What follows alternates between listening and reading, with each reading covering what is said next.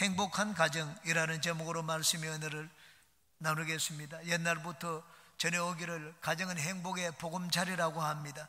돈을 많이 버는데 행복이 있지 않고 세상의 지위와 명예를 얻는데 행복이 있지 않습니다. 비록 보잘것없을지라도 가정을 아름답게 만드는 자가 바로 행복을 쟁취한 자입니다. 내가 평생의 시간을 가장 많이 보내는 곳이 가정입니다. 그러므로 가정이 즐겁고 평안해야지 그 가정이 참으로 행복한 가정입니다. 우리 가정을 행복한 가정으로 만들기 위해서는 어떻게 해야 되겠습니까? 오늘 같이 읽은 말씀을 중심으로 세 가지를 같이 살펴보겠습니다. 첫 번째, 야훼 하나님을 주인으로 모시는 가정이 되어야 합니다. 한번 따라해 주시기 바랍니다. 야훼 하나님을 주인으로 모시는 가정이 되자. 하나님이 세우지 않으면 서지 못하고 하나님이 지키지 않으면 그 가정은 올바로 서지 못한다고 말씀을 했습니다. 그러므로 가정이 행복하기 위해서는 무엇보다도 하나님이 돌보시고 지켜주시는 가정이 되어야 됩니다. 행복한 가정을 이루기 위해서는 무엇보다도 하나님을 가정의 주인으로 모셔야 됩니다. 하나님을 내 가정의 주인으로 모시기 위해서는 하나님을 내 인생과 가정의 왕으로 섬겨야 됩니다. 백성을 다스리고 돌보고 안전하게 지켜주시는 자가 왕입니다. 그러므로 우리가 하나님의 돌보심을 받고 하나님의 보호를 받기 위해서는 하나님을 왕으로 섬겨야 됩니다. 우리는 찬양할 때 왕이신 나의 하나님이라는 그런 고백을 합니다. 하나님을 왕으로 인정해야 됩니다. 하나님을 왕으로 인정하는 표시가 무엇입니까? 11조입니다. 11조는 하나님이 내 삶을 다스리고 돌보시는 왕으로 인정하는 표시입니다. 세상에도 세금을 내야지 세상에 내 인명과 재산을 보호하여 줍니다. 우리가 인생을 살면서 내 인생의 짐을 하나님이 돌봐주시고 지켜주시기를 바라면 하나님을 나의 왕으로 인정하는 표시를 보여야 됩니다. 바로 그것이 11조입니다. 미국의 어느 한인 교회에서 있었던 일입니다. 그 교회 다니는 부부가 있었는데 나무를 베어가지고 벌목을 하는 벌목공이었습니다. 하루는 부인이 남편에게 얘기를 했습니다. 여보, 예수를 믿으면 11조를 내야 된다고 하는데 우리도 11조를 드려야 되지 않겠습니까? 남편이 그 말을 듣고 11조 내지 않고 교회에 나오는 사람이 많아. 꼭 우리가 11조 낼 필요가 없어. 그렇게 말하고 무시해 버렸습니다. 그 사람은 벌목하는 일로 돈을 많이 벌었는데 교회를 통하여 돈을 많이 벌었습니다. 교회 주변에 나무들이 많았습니다. 그래서 교회 주변에 나무를 베고는 꼭꼭 교회 청구서를 내어서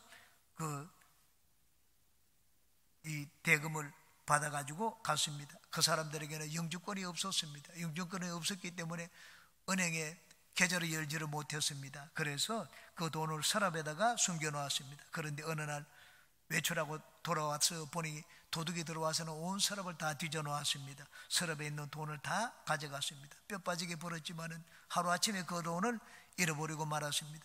꾀가 났습니다. 이제는 부엌에 있는 접시 틈 사이에 숨겨두자.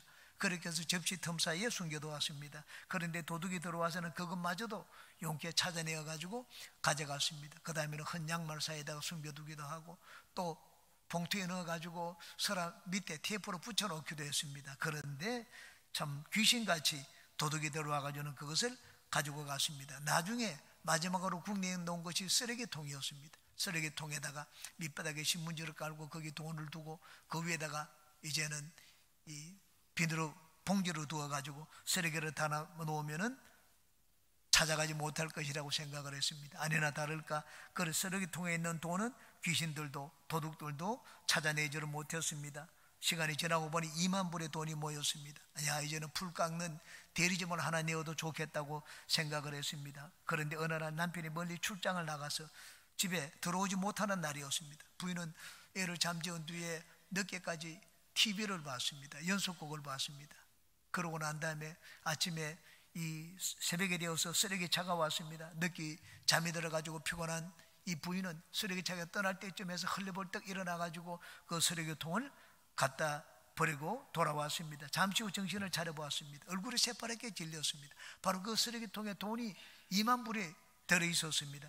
뛰쳐나갔습니다. 그렇지만 쓰레기차는 벌써 가고 없었습니다. 죽어라 모은 돈을 한순간에 다 잃어버렸습니다. 하나님 것을 하나님께 드리지 않다가 도둑한테 매번 틀리고도 깨닫지 못했습니다. 그러다가 나중에는 그 돈을 쓰레기차에 갖다 버리고 말았습니다. 지난 3월에 우리 교회는 여의도 교회로부터 감사를 받았습니다. 여의도 감사위원 장로님이 우리 교회를 여러 가지로 칭찬을 했습니다. 그 중에 11조에 대해서 칭찬을 했습니다. 다른 교회들에 비해서 11조 비율이 높더라고 했습니다. 우리 교회는 칭찬을 받았습니다.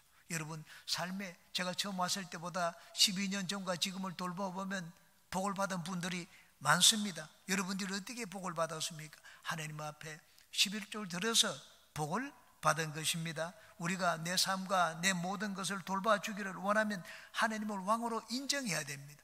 여러분은 여러분의 삶을 다스리는 예수님을 왕으로 인정하는 그 표를 11조로 보이시기 바랍니다. 두 번째, 하나님을 우리 가정의 주인으로 모시는 길은 예배입니다. 우리 가정에서 예수님을 참된 주인으로 인정하는 표시가 예배입니다. 주일날 예배 드리는 거 좋습니다. 구역 예배를 드리는 것도 좋습니다. 그런데 가정의 행복을 위해서는 가정에서 가족끼리 모여서 예배를 드려야 됩니다. 가정 예배를 드려야 됩니다. 가정을 천국으로 만드는 길이 예배입니다. 스펄전 목사는 말을 했습니다. 가정에서 하나님 말씀을 읽고 말씀대로 따라 살면 그 가정에 천사가 임한다고 말씀을 했습니다. 오늘날 서구 사회가 가장 중요시하는 것이 가정입니다. 가정이 행복하면 사회가 안전하다고 생각을 합니다. 그런데 아이러니컬하게도 서구 사회는 가정을 제일 중시하지만 갈수록 가정이 깨어지고 금이 가고 있습니다. 그것은 가정에서 하나님을 점점 멀리하기 때문입니다. 빌리그레임 목사는 붕괴되어가는 현대 가정을 치료하는 10가지 방법을 제안했습니다. 그런데 그 첫 번째 방법이 가정 예배입니다. 실제로 가정 예배를 드리지 않게 되면 자녀들은 하나님을 주일날 예배 드리는 대상으로만 생각을 합니다. 그러다가 나중에 성인이 되게 되면 성장에서는 하나님을 버려도 괜찮다고 생각을 합니다. 가정 예배를 통하여 서로가 서로를 위하여 기도해 주게 되면 가족들은 더욱더 가까워집니다. 가정에서 함께 기도하고 함께 말씀을 묵상하게 되면 가족 간의 세대 차이가 나지를 않습니다. 가정에서 예배를 드리는 길이 결코 어렵지 않습니다. 매일 잠언서를 한 장씩 읽고 같이 기도하면 됩니다. 그날에 해당하는 잠언서를 읽으면 됩니다. 잠언서는 31장으로 되어 있습니다. 우리 한 달이 31일이기 때문에 잠언서가 31장으로 되어 있습니다. 어떤 날이든지 그날에 잠언서를 펼쳐가지고 읽으면 됩니다. 저는 미국에서 아이들과 함께 가정 예배를 드릴 때 항상 잠언서를 가지고 예배를 드렸습니다. 읽고는 그날의 챕터를 읽습니다. 그리고는 아이에게 물어봅니다. 아들아, 오늘 읽은 챕터 가운데서 네 마음에 와닿는 말씀은 어느 구절이냐? 이 구절에 느낀 것이 무엇이냐? 물어보고 난 다음에 그 얘기를 하면은 이제는 같이 함께 기도를 합니다. 가정 예배를 드리는 것이 어렵다고 생각하지 마십시오. 잠언서를 같이 읽고 한 자리에서 기도하면 바로 그것보다 더 좋은 가정 예배가 없습니다. 가족이 없으면 어떡합니까? 나 혼자 잠언서 한 장 읽으면 됩니다. 그리고는 묵상하고 기도하면 됩니다. 하나님을 예배하는 그 가정이 바로 천국입니다. 하나님을 예배하는 가정에 하나님은 천사를 보내어서 천국의 기쁨과 행복을 맛보게 해주십니다. 여러분의 가정은 늘 하나님을 예배하는 가정이 되어서 하나님이 주시는 행복의 샘물을 가정 모두가 풍성히 마시는 행복한 가정이 되시기를 주의 이름으로 축원합니다. 두 번째, 플러스 알파의 은혜로 사는 가정이 되시기 바랍니다. 한번 따라 하시기 바랍니다. 플러스 알파의 은혜로 사는 가정. 내가 열심히 일하고 성실하게 산다고 해서 행복하고 복된 인생을 살 수 있는 것이 아닙니다. 하나님이 도와주셔야지 우리는 행복하고 복된 인생을 살 수가 있습니다. 2절을 보시기 바랍니다. 너희가 일찍이 일어나고 늦게 누우며 수고의 떡을 먹음이 헛되도다. 그러므로 야훼께서 그의 사랑하시는 자에게는 잠을 주시는도다. 여러분, 일찍 일어나고 열심히 일한다고 해서 내가 부한 삶을 살 수가 있습니까? 내가 수고하고 맛있는 떡을 먹는다고 해서 건강해질 수가 있습니까? 그렇지 않습니다. 행복과 축복은 하나님의 손에 달려 있습니다. 우리가 자리에 눕는다고 해서 금방 잠을 잘 수 있는 것도 아닙니다. 잠을 혹시 많이 잤다고 해서 건강을 얻는 것도 아닙니다. 모든 것은 하나님의 손에 달려 있습니다. 우리가 하는 모든 일에 열매를 맺기 위해서는 하나님의 은혜가 필요합니다. 인간의 수고와 노력에도 하나님의 은혜가 필요하고 이 자연의 세계에도 하나님의 은혜가 필요합니다. 우리는 진인사 대천명이라는 말을 합니다. 인간이 할 바를 다 하고 그 다음에 하늘의 명령을 기다린다는 말입니다. 하늘의 명령이 하나님의 은혜입니다. 우리 인간이 사는 것이 하나님의 은혜입니다. 내가 선하다고 해서 오래 사는 것이 아니고 악하다고 해서 꼭 일찍 죽는 것도 아닙니다. 내가 건강식품을 먹고 때마다 건강 진단을 받는다고 해서 오래 사는 것도 아닙니다. 잘 못 먹는다고 해서 일찍 죽는 것도 아닙니다. 하나님의 생명을 주시기 때문에 우리가 삽니다. 하나님이 허락하시기 때문에 우리가 재물의 복을 누리고 사는 것입니다. 인간은 인간의 수고와 노력으로만 사는 것이 아닙니다. 하나님이 보태어주는 은혜로 삽니다. 그러므로 여러분의 가정은 항상 플러스 알파의 은혜를 구하는 가정이 되시기 바랍니다. 그러므로 첫째, 은혜를 사모하는 가정이 되시기 바랍니다. 하나님 앞에 나올 때는 다른 것을 구하면 안 됩니다. 항상 하나님의 은혜를 구해야 됩니다. 히브리서 11장 6절입니다. 믿음이 없이는 하나님을 기쁘시게 못하느니 하나님께 나아가는 자는 반드시 그가 계신 것과 또한 자기를 찾는 자들에게 상을 주시는 이심을 믿으라고 말씀을 했습니다. 우리가 하나님께 나아갈 때는 그러므로 하나님께서 주시는 상, 은혜를 구해야 됩니다. 예배를 드리는 이유가 어디였습니까? 은혜를 구하기 위해서입니다. 우리가 헌금을 하고 여러 가지 봉사를 하고 또는 성경 말씀을 공부하는 이유가 어디였습니까? 하나님의 은혜를 구하기 위해서입니다. 교회에서만 우리가 하나님께 은혜를 구하는 것이 아닙니다. 하나님은 은혜 다 계시기 때문에 우리는 어디서나 은혜를 구하며 살아야 됩니다. 직장에서도 하나님의 은혜를 구해야 되고 공부를 할 때도 하나님의 은혜를 구해야 됩니다. 은혜를 구하기 위해서는 하나님 앞에 무릎을 꿇어야 됩니다. 무릎을 꿇으면 하나님이 우리를 불쌍히 여겨주십니다. 은혜는 불쌍한 자에게 주시는 것입니다. 은혜는 의로운 자에게 주시지 않습니다. 그러므로 하나님 앞에 여러분의 의를 보이려고 하지 말고 하나님 앞에 불쌍히 여겨달라고 무릎을 꿇는 여러분이 되시기 바랍니다. 그러므로 여러분의 가정은 은혜를 구하기 위해서 항상 기도하는 가정 되시기 바랍니다. 부모는 자녀들에게 기도를 가르치고 기도가 무엇인지 보여주는 부모가 되시기 바랍니다. 기도하면 어떤 일이 일어나는지 자녀에게 실제로 보여주시기 바랍니다. 말로서 교훈하지 말고 말로서 변화시키려고 하지 말고 기도로 하나님의 살아계신 것을 체험하고 보여주는 가정이 되시기 바랍니다. 두 번째, 성령님과 함께 인생을 사시기 바랍니다. 하나님이 우리에게 주시는 은혜 중에 은혜는 성령입니다. 하늘의 모든 은혜를 가지고 계신 분이 성령 하나님입니다. 성령님은 내 인생에 필요한 모든 은혜를 가지고 계십니다. 예수님이 말씀을 하셨습니다. 성령으로 귀신이 쫓겨나면 하나님의 나라가 너희에게 임하여 있다고 말씀을 했습니다. 성령님은 결코 멀리 계시지 않습니다. 우리 가운데 있고 내 곁에 있고 그리고 내 안에 와 계십니다. 나를 돕기 위하여 내 가운데 와 계시는 분이 바로 성령님입니다. 그러므로 여러분은 내 힘으로 모든 것을 다 할 수 있다고 생각하지 말고 모든 일에 성령 하나님의 도우심을 구하시기 바랍니다. 성령님은 내 인생의 뛰어난 모사입니다. 내가 아는 것보다 훨씬 더 나은 길을 알고 계신 분이 성령입니다. 내 힘과 내 이 능력보다 더 뛰어난 능력을 가지고 계신 분이 성령이십니다. 이스라엘이 광야에서 고기를 달라고 할 때 모세는 그 요구를 듣고는 절망했습니다.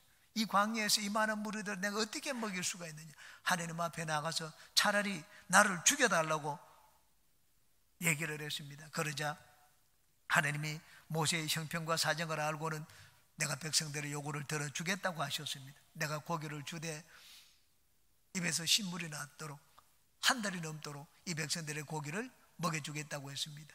모세는 참 어이가 없어서 하나님 앞에 여쭈었습니다. 하나님, 바다의 고기를 다 끌어모은들 여기 있는 양떼와 소떼를 다 잡은들 이 많은 물을 어떻게 한 달을 먹인다는 말입니까? 어림도 없다고 얘기를 했습니다. 하나님이 다음날 한번 보자.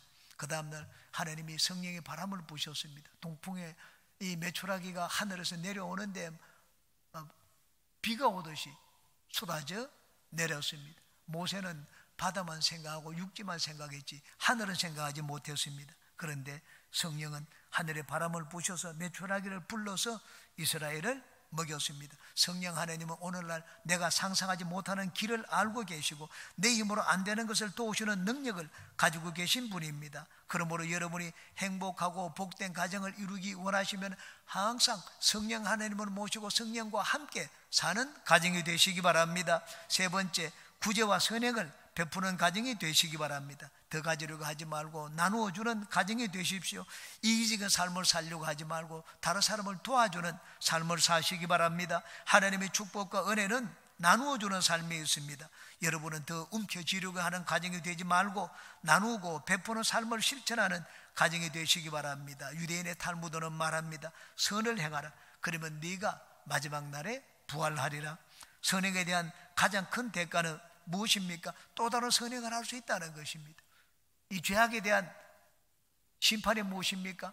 이제는 죄에 대한 감각이 무뎌지는 것입니다. 그래서 죄를 떠나지는 못하는 것입니다. 우리가 하나님 보시기에 선을 행하고 착한 일을 하게 되면 점점 더 하나님을 찾게 되고, 죄를 지으면 아버지의 낯을 피하여 숨으려고 하고 하나님과 멀어지게 됩니다. 여러분은 선을 하기를 즐거워하는 가정이 되어서 축복과 행복의 근원이 되시는 하나님을 늘 가까이 모시고 사는 가정이 되시기를 주님의 이름으로 축원합니다. 세 번째, 자녀들을 행복의 정원으로 만드시기 바랍니다. 한번 따라 하시기 바랍니다. 자녀들의 행복의 정원으로 만들자. 가정의 행복의 꽃은 자녀입니다. 임신을 하고 아이를 낳는 것은 여인에게 큰 고통입니다. 그러나 이 임신한 여인이 아이를 낳게 되면 그 해산하는 그 고통을 완전히 잊어버린다고 성경은 말씀을 하고 있습니다. 요한복음 16절입니다. 여자가 해산하게 되면 그 때가 이르렀으므로 근심하나 아기를 낳으면 세상에 사람 난 기쁨으로 말미암아 그 고통을 다시 기억하지 아니하느니라. 아이를 낳으면 그만큼 기쁩니다. 요즘은 딩크족이 많아집니다. 이 더블 인컴, 노 키즈. 돈은 다 같이 두 배로 벌고 자녀는 낳지 말자 하는 것이 딩크족입니다. 자녀를 낳으면 자유롭게 내가 일도 못하게 되고, 그리고 또 노후도 편안하게 살지를 못합니다. 자녀에게 다 투자하기 때문입니다. 자녀에게 투자한다고 해서 투자한 비용이 나중에 나옵니까? 그렇지도 않습니다. 그런데 가정의 행복의 꽃은 자녀들입니다. 정원에 있는 집이 아름다운 것처럼 자녀들은 우리 가정의 정원의 꽃과 같습니다. 그러므로 부모가 되신 분들은 자녀들을 아름다운 꽃으로 가꾸시기 바랍니다. 여기 성경에 보니까 자녀들은 야훼의 기업이라고 했습니다. 하나님의 기업이란 말은 하나님의 유산이란 말입니다. 부모로부터 재산을 물려받듯이 우리는 하나님 아버지로부터 물려받은 유산이 있습니다. 바로 그것이 자녀입니다. 자녀들이 많은 것이 하나님의 상급이라고 했습니다. 그러므로 우리는 자녀를 무거운 짐처럼 여겨서는 안 됩니다. 자녀는 하나님이 나에게 물려주신 유산이기 때문에 소중하게 여겨야 됩니다. 잘 길러야 됩니다. 하나님이 나에게 물려주신 유산은 참으로 좋은 것입니다.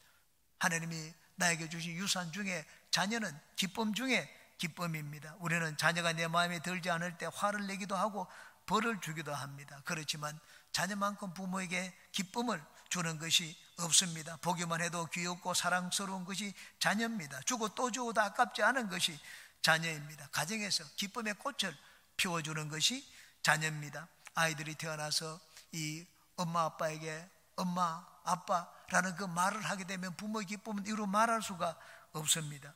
이제 자녀들이 자라면 점점 기쁨이 사라지고 분노가 생기기도 하고 자녀로 인하여 염려, 근심을 갖기도 합니다. 그렇지만 그래도 자녀는 기쁨을 줍니다. 여러분, 누가복음 15장의 탕자의 비유를 우리는 잘 압니다. 탕자는 아버지의 마음을 아프게 했습니다. 자기에게 돌아올 유산을 미리 달라고 했습니다. 돈을 뺐다시피 해가지고 아버지에게 유산을 받아가지고 먼 나라로 갔습니다. 허랑방탕하게 생활을 했습니다. 모든 것을 다 탕진했습니다. 이제는 있을 것도 없고 먹고 살려고 해도 돼지가 먹는 그 지음 열매도 배불리 먹지를 못했습니다. 깨달았습니다. 내가 하늘과 아버지께 죄를 지었구나. 아버지께로 돌아가겠다고 했습니다. 마음에 아픈 상처를 남기고 떠났습니다. 아버지 재산을 빼앗다시피 가져간 아들입니다. 몸은 망가질 대로 망가져서 돌아온 아들입니다. 그런데 그 아버지는 아들을 보자마자 얼싸안았습니다. 옆에 있는 종에게 명령을 했습니다. 좋은 옷을 입히고 손에 가락지를 끼우고 발에 신발을 신겨라. 그러고는 살찐 송아지를 잡아라. 우리가 잔치를 벌이자. 죽었던 아들이 살아 돌아왔다. 기쁨의 잔치를 벌이자고 했습니다. 아버지의 마음을 아프게 한 탕자였지만 매일 염려와 근심을 준 아들이었지만 그가 돌아오자 아버지의 기쁨은 이루 말할 수가 없었습니다. 이것이 바로 자녀가 주는 기쁨입니다. 자녀가 어떻게 부모에게 기쁨이 선물이 됩니까? 하나님이 주신 선물이기 때문입니다. 자녀가 똥오줌을 싸서 냄새가 나는 기저귀를 갈아주는데도 부모는 마음이 기쁩니다. 어른들은 말을 합니다. 자녀는 품 안에 있을 때만 자녀지, 품 안에 있을 때 평생 효도를 하지, 이제 자라게 되면은 염려와 근심을 끼친다는 말을 합니다. 그러나 부모가, 자녀가 다 자라가지고 부모의 품을 떠나도 좋습니다. 자녀가 자란 그것이 부모에게는 기쁨이 됩니다. 자녀가 부모의 속을 썩여도 부모는 자녀를 위해서 기도합니다. 왜냐하면 자녀가 잘 되는 것이 부모의 기쁨이기 때문입니다. 오래전에 인터넷에서 읽었던 가장 아름다운 얼굴이라는 글이 지금도 마음을 울립니다. 평생을 일거러진 얼굴로 20 살다시피 한 아버지가 있었습니다. 그에게는 아들과 딸 남매가 있었는데 심한 화상으로 자식들을 돌볼 수가 없었습니다. 그래서 고아원에 자녀들을 맡겨놓고 시골의 외딴 집에서 홀로 살았습니다. 한편 아버지가 자신을 버렸다고 생각한 자식들은 아버지를 원망하며 살았습니다. 어느 날 아버지라며 나타난 사람이 얼굴을 보니까 화상을 입어 흉하게 일그러져 있었습니다. 저 사람이 낳아준 아버지란 말이냐? 자식들은 충격을 받았습니다. 차라리 고아라고 생각했던 시절이 좋았다고 생각하며 아버지를 외면했습니다. 시간이 흘러서 자식들은 성장해서 결혼을 하고 가정을 이루었습니다. 그러나 아버지는 여전히 사람들 앞에 모습을 나타내지 않으며 혼자 외딴 집에서 지냈습니다. 몇 년 뒤에 자식들은 아버지가 돌아가셨다는 소식을 들었습니다. 그동안 왕래가 없었고 아버지를 인정하지 않고 살았던 자식들인지라 아버지 죽음 앞에서도 별다른 슬픔이 없었습니다. 하지만 자신들을 낳아준 아버지 죽음까지 외면할 수 없어서 시골의 외딴 집으로 갔습니다. 외딴 집에는 아버지의 차가운 죽음만이 기다리고 있었습니다. 마을 노인 한 분이 문상을 왔습니다. 그리고는 아버지가 평소에 불어처럼 화장은 싫다며 뒷산에 묻히기를 원한다는 것을 들려주었습니다. 하지만 자식들은 아버지를 산에 묻으면 명절이나 때마다 찾아와야 하는 번거롭고 귀찮은 일이 있기 때문에 화장을 하겠다고 했습니다. 아버지를 화장하고 돌아온 자식들은 다시 아버지 집을 정리해 태우기 시작했습니다. 평소 덮었던 이불이랑 옷가지들을 비롯해서 아버지 흔적이 비어있는 물건들을 몽땅 끌어내어서 불을 질렀습니다. 마지막으로 책들을 끌어내어 불 속에 집어넣다가 빛바랜 아버지의 일기장을 발견했습니다. 불길이 일기장에 막 붙는 순간 왠지 이상한 생각이 들어서 얼른 꺼내 불을 껐습니다. 그리고는 연기가 나는 일기장을 한 장 한 장 넘겨가며 읽기 시작했습니다. 아들은 일기장을 읽다가 그만 눈물을 떨구며 통곡했습니다. 일기장 속에는 아버지께서 보기 흉한 얼굴을 가지게 된 사연이 쓰여 있었습니다. 아버지 얼굴을 그렇게 만든 것은 바로 자신들이었습니다. 일기장은 죽은 아내와 아이들에게 쓰는 편지로 끝을 맺었습니다. 여보, 내가 당신을 여보라고 부를 자격이 있는 놈인지조차 모르겠습니다. 그날 당신을 업고 나오지 못한 날 용서하구려. 울부짖는 어린아이들의 울음소리를 뒤로하고 당신만을 업고 나올 수가 없었다오. 이제 당신 곁으로 가려고 하니 너무 날 나무라지 말아줘. 덕분에 아이들은 잘 자라고 있다오. 비록 아버지로서 해준 것이 없지만 말이오. 보고 싶은 내 아들, 딸에게 평생 너희들에게 아버지 역할도 제대로 못하고 이렇게 짐만 되는 삶을 살다가 가는구나. 염치불구하고 한 가지 부탁이 있구나. 내가 죽거들랑 절대로 화장은 하지 말아다오. 난 불이 싫단다. 평생 밤마다 불에 타는 악몽에 시달리며 30년 넘게 살았단다. 그러니 제발. 뒤늦게 자식들은 후회하며 통곡하였지만 아버지는 이미 화장되어 연기로 사라진 뒤였습니다. 부모에게 자녀들은 참으로 기쁨의 선물이요 영광의 면류관입니다. 그래서 지금도 우리 부모들은 자녀를 위해서 기도하고 있습니다. 자녀가 멀리 떨어져 있어도 기도하고 자녀가 염려, 근심을 끼쳐도 기도합니다. 자녀들을 기쁨과 영광의 면류관으로 여기며 자녀들을 위하여 기도하는 그 가정이 행복한 가정입니다. 여러분의 부모들의 기도를 통하여 여러분의 자녀들이 여러분의 면류관이 되기를 바랍니다. 자녀들을 통하여 기쁨을 얻는 그 순간까지 기도하는 행복한 가정을 만드는 모든 부모님들이 되시기를 주님의 이름으로 축원합니다.